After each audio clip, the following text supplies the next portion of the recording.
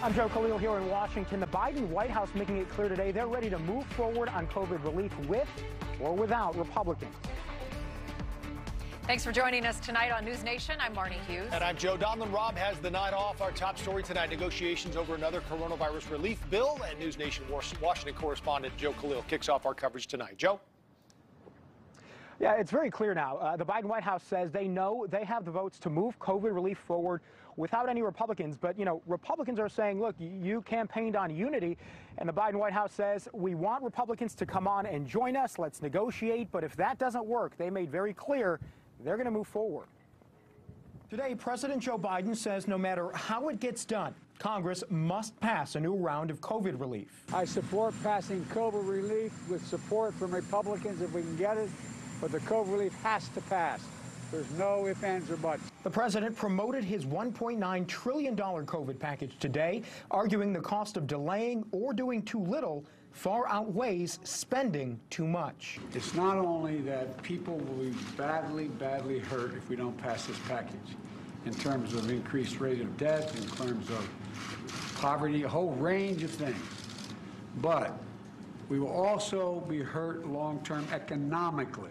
Janet Yellen. The president met with his newly confirmed Treasury Secretary, Janet Yellen, in the Oval Office Friday. We need to act now. Yellen warned of long-term damage to the economy. If there's not more help, many more people will lose their small businesses, the roofs over their heads, and the ability to feed their families. The administration's $1.9 trillion COVID package includes, among other measures, another $1,400 in direct payments, $400 more in weekly unemployment through September, $160 billion for a national vaccine distribution plan, and $170 billion for K-12 schools to reopen. But the plan includes a number of measures Republicans strongly oppose, like an increase to a $15 minimum wage and $350 billion for struggling state and local governments. I'm disturbed by the rumors that Democrats plan to use reconciliation to force another COVID bill through Congress. John Thune, the second-ranking Senate Republican, says he fears Democrats will go around Republicans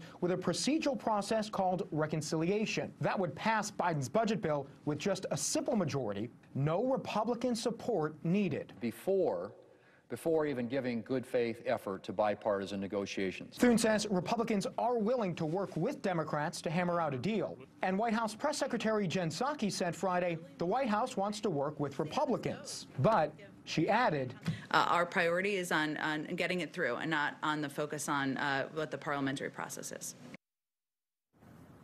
Now, it's clear from conversations with senators this week on both sides of the aisle that fresh in their minds is this 9-month period where Congress, as we remember, failed to pass a COVID relief package. So whether both sides like it or not, it seems like they're going to be avoiding that, again, on a bipartisan track or otherwise.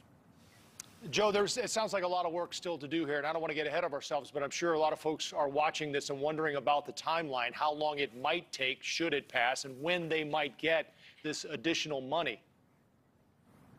So we're not exactly clear on when a vote might happen, but we heard from Speaker Nancy Pelosi and from Chuck Schumer last week that they want to introduce a bill potentially as early as Monday or Tuesday of next week. So watch out for that. And guys, next week, as we continue to report this out, we'll probably be ironing out some details as negotiations move forward. Well, we will continue to watch it. Joe Khalil, thank you. Live for us tonight in Washington.